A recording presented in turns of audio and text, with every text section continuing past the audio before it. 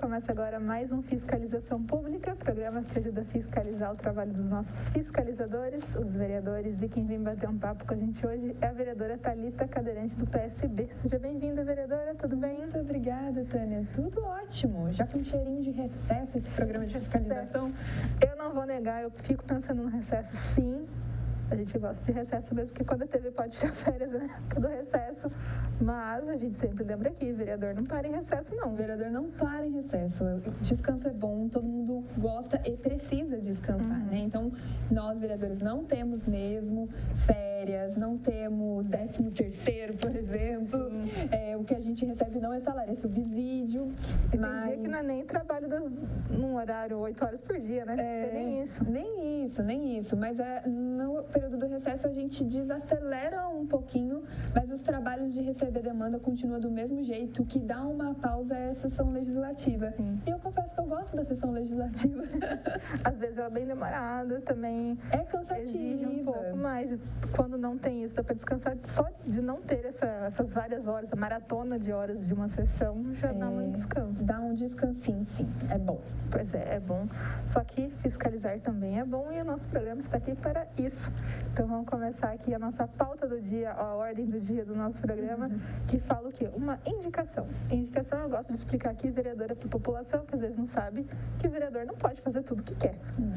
Pode ter uma ideia brilhante, só que às vezes não cabe a ele. Então ele pode fazer uma indicação ao prefeito e falar, olhe, pense com carinho que pode ser uma boa ideia. No caso, essa boa ideia seria o quê?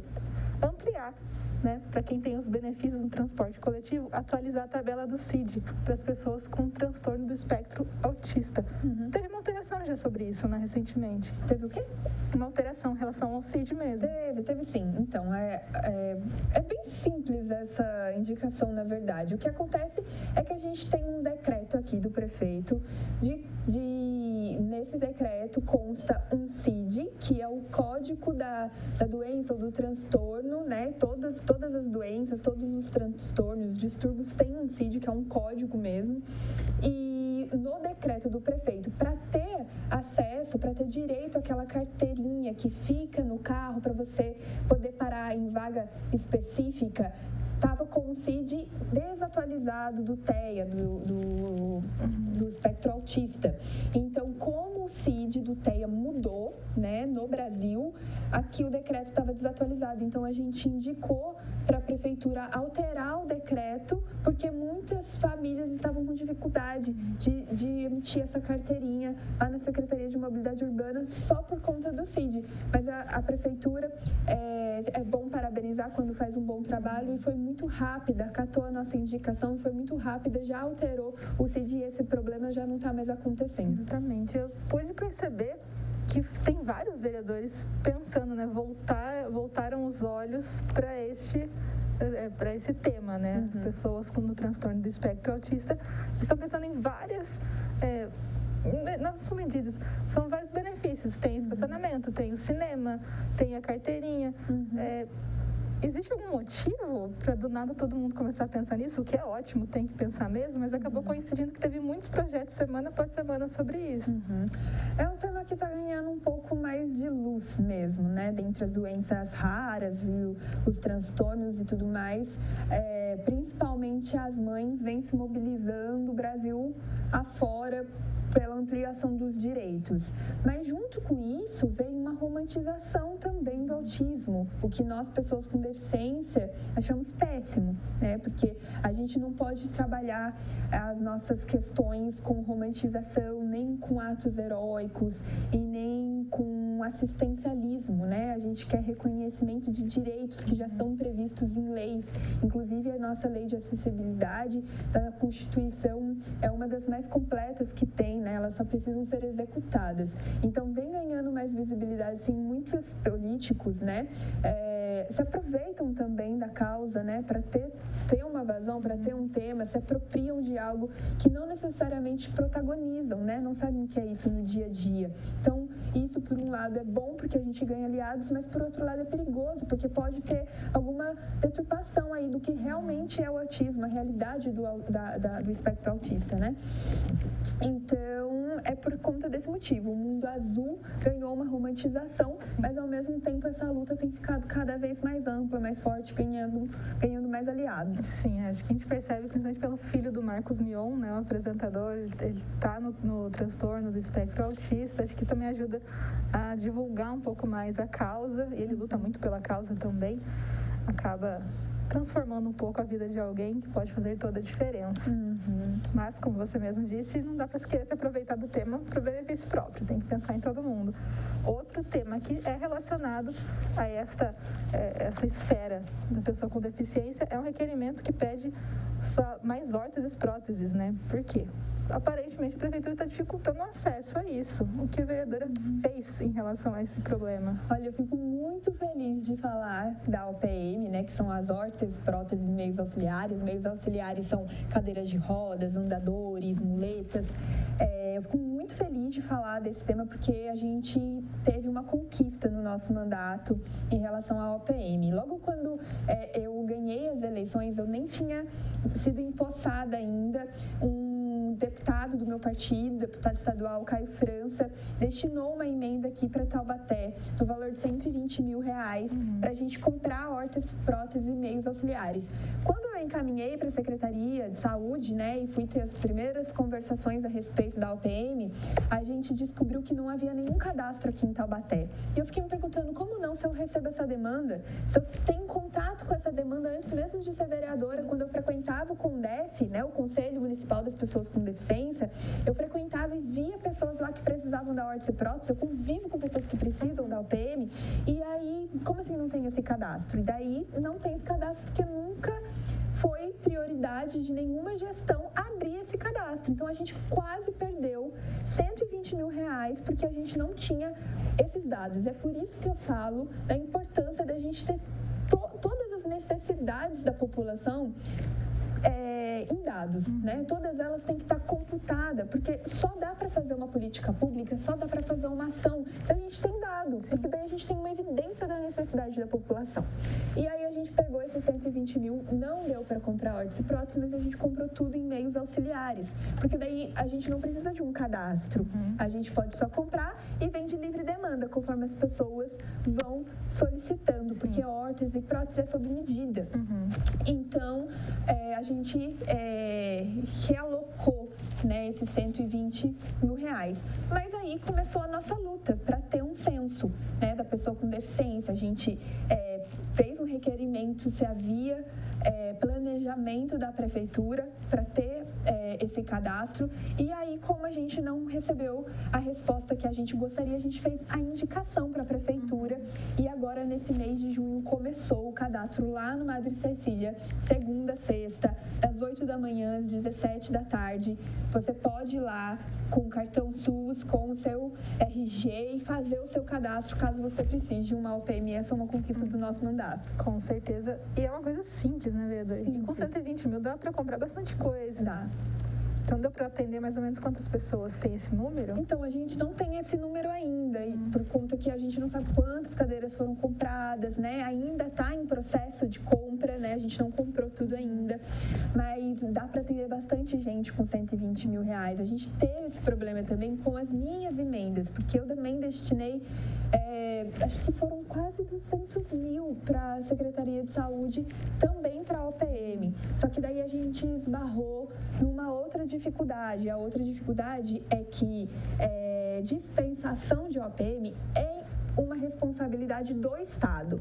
Mas, quando o Estado não consegue suprir essa necessidade, o município pode fazer alguma ação, que é o caso da operação delegada, por exemplo, né? Se a gente for comparar a segurança do município, né, do policiamento, é responsabilidade do Estado. Mas quando o Estado não dá conta, a violência está demais, o município pode intervir, que é a questão da operação delegada. Então, é a mesma coisa com a OPM. Como o Estado não está dando conta de atender, o município pode intervir. Então, a gente destinou também para a Secretaria de Saúde, e a gente não conseguiu que as nossas emendas fossem aplicadas para órtese, prótese e meios auxiliares. A gente teve que redestinar ela, e essa emenda foi vai ser utilizado esse ano para compra de aparelho auditivo. A gente vai, com as nossas emendas, praticamente conseguir zerar a fila de espera para aparelho auditivo. E a justificativa da Secretaria de Saúde é que hoje a gente não tem aqui em Taubaté e nenhum posto de atendimento um lugar específico para fazer a OPM, porque eles precisariam licitar uma empresa, ter esse espaço, porque não é só fazer, também tem a manutenção. Sim. Então, por esse motivo, não daria tempo de executar ao longo desse ano e a gente perderia essa emenda. Então, combinamos para realocar e que a Secretaria de Saúde se comprometeu em ter esse espaço para o ano que vem a gente poder começar a trabalhar com a PM também no nosso município. Então, no fim deste ano, quando você for destinar as suas emendas, já tem um espacinho reservado aí para isso, que a Prefeitura falou que dessa vez vai dar certo. Exatamente. Das minhas emendas, a maior parte vai para as pessoas com deficiência. Exatamente, que precisam muito. Como você sempre diz, está faltando um olhar especial em cima delas, né, vereadora? Agora, outro problema que a gente tem no município, não só no município, infelizmente no mundo inteiro, a violência contra a mulher. A gente tem aqui um requerimento de autoria da vereadora querendo informações sobre o projeto Guardiãs Maria da Penha. Ele existe, né, desde 2020 aqui na cidade, mas a gente não tem tantos dados sobre isso, né? A vereadora queria saber quantas mulheres... Na verdade, tem algumas respostas, né? No ano passado, teve 184 medidas protetivas, 86 mulheres aderiram ao projeto. Mas a gente acabou ouvindo algumas histórias, né?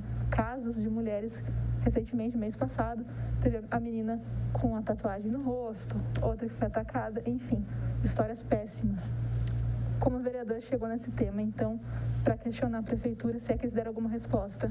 O programa Guardiã Maria da Penha foi um compromisso meu de campanha, na verdade, de acompanhar de perto. Então, eu já fui na Secretaria de Segurança algumas vezes para questionar como está sendo o desempenho desse programa no nosso município, né? Ele é um programa também muito bacana, muito completo, mas que às vezes falha na aplicabilidade.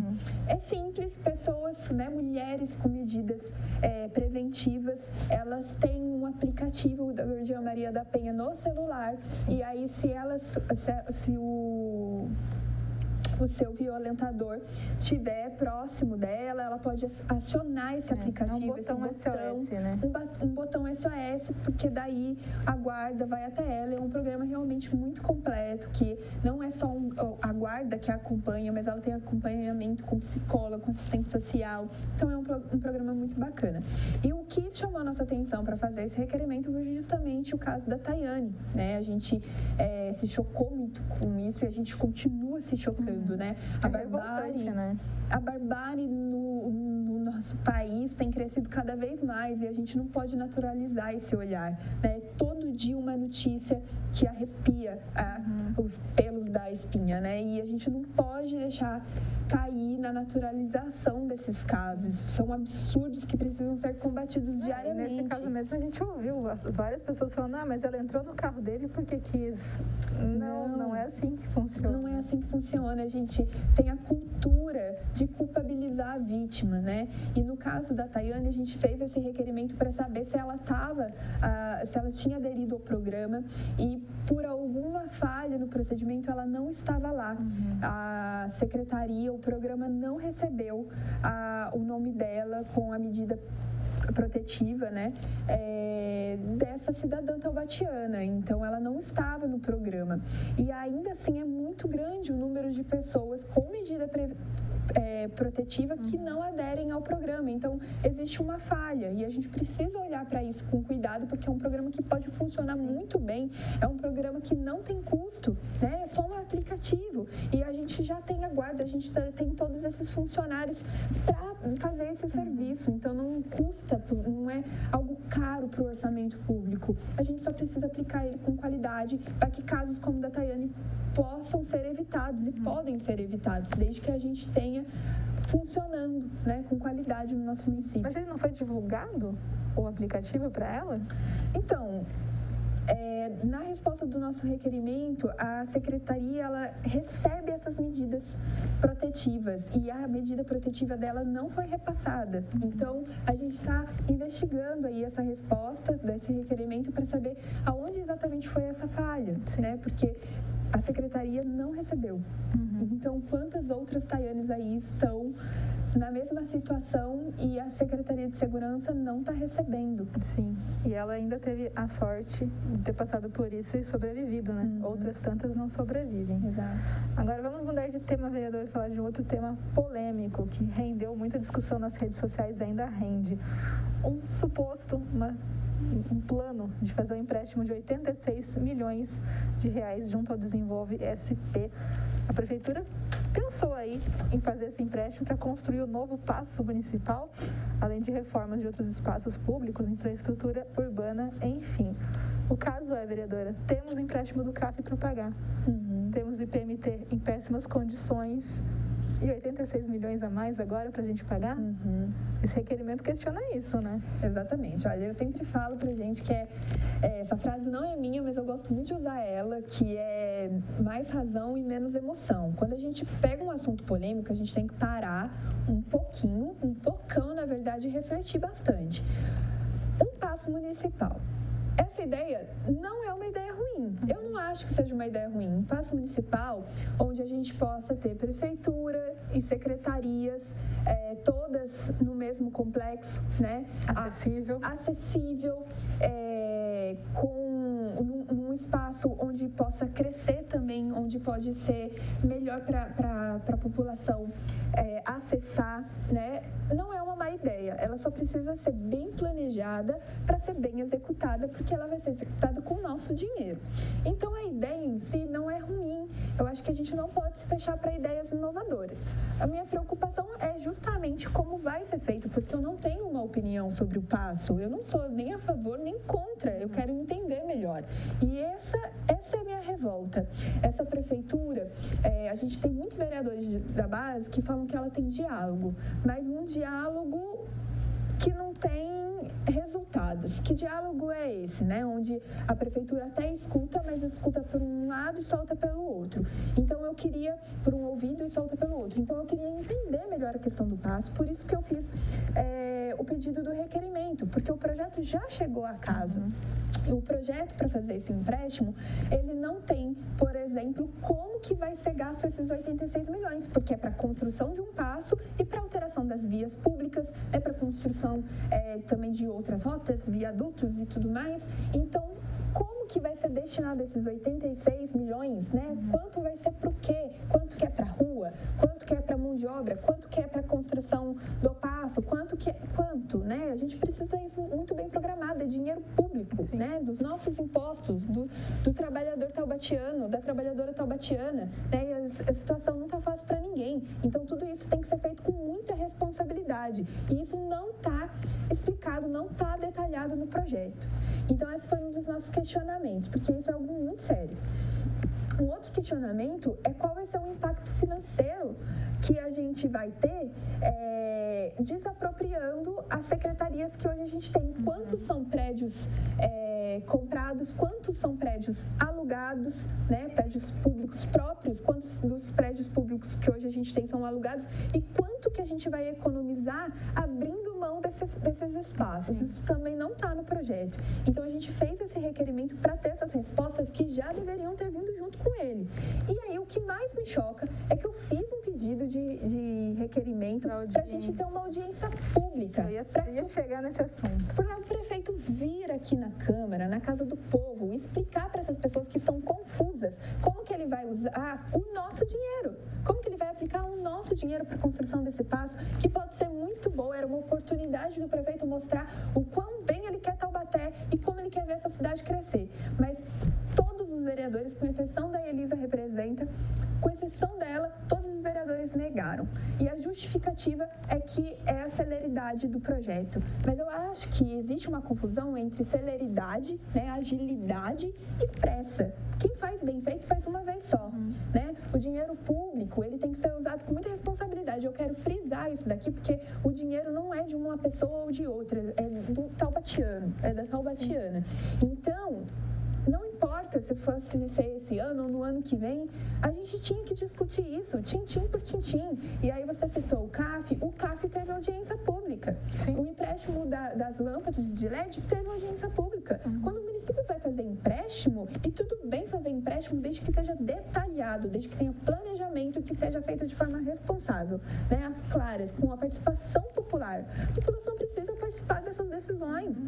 Então, quando é feito um empréstimo, ele precisa ter uma audiência pública. E, nesse caso, nós não vamos ter essa audiência pública porque a Casa rejeitou. E você bem citou mesmo, Tânia, a gente começou a pagar o empréstimo do CAF, que são 2 parcelas por ano, de 5 milhões de dólares. Quando foi feito o empréstimo, o dólar está muito mais baixo. Pois é, essa foi uma outra promessa do antigo prefeito, do Ortiz, de que não teria alteração do cambial, né? Que mesmo que o dólar fosse alterado, subisse, o valor que a gente fez o empréstimo na época seria aquele mesmo valor. E não foi dessa forma, né? A gente vai pagar com o dólar da forma que está agora. Então, a gente está pagando 5 milhões de dólares 2 vezes por ano. Então, a gente está começando a pagar o CAF, tem o IPMT, que você bem falou, né?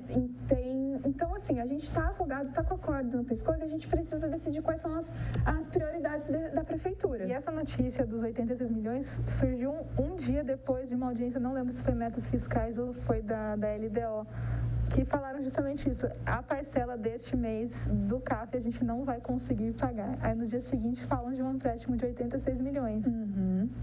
Aí que todo mundo realmente nas redes sociais a gente acompanhou, mas se não tem dinheiro para um, como é que vai fazer outro? Como que a gente paga isso? Pois é. E aí a administração pública é uma coisa muito séria, não é como administrar a própria empresa, sabe? E eu acho que é isso que falta para o prefeito. Participação popular, vir aqui, discutir com a população, discutir com corpos técnicos, né? A gente recebe vários projetos da prefeitura que não tem estudo técnico no projeto, está fazendo da própria cabeça. E isso é muito perigoso e é uma falta de responsabilidade sem tamanho com o dinheiro do povo. Exatamente. Se a gente fizesse isso na nossa própria casa, a gente já estaria em maus lençóis. Exato. Fica aí esse motivo para a gente pensar no final do programa, né, vereadora? Porque deu tempo, eu vou ter que encerrar, alguns temas ficaram de fora, mas a gente volta com os temas, a gente sempre haverá um próximo fiscalização pública, apesar que provavelmente vai ser depois do recesso. Pois é. Mas a gente traz eles aqui. E a gente chega cheio de novidades. Exatamente, assunto aqui não falta aqui. Não falta. Exatamente. Obrigada, vereadora. Eu que agradeço. Até o próximo programa e você continua aqui com a gente também, que tem coisa bacana que você ainda não viu, que tá bem legal, eu garanto. Continuem com a gente então, obrigada pela audiência e continuem se cuidando, por favor. Até a próxima. Tchau, tchau.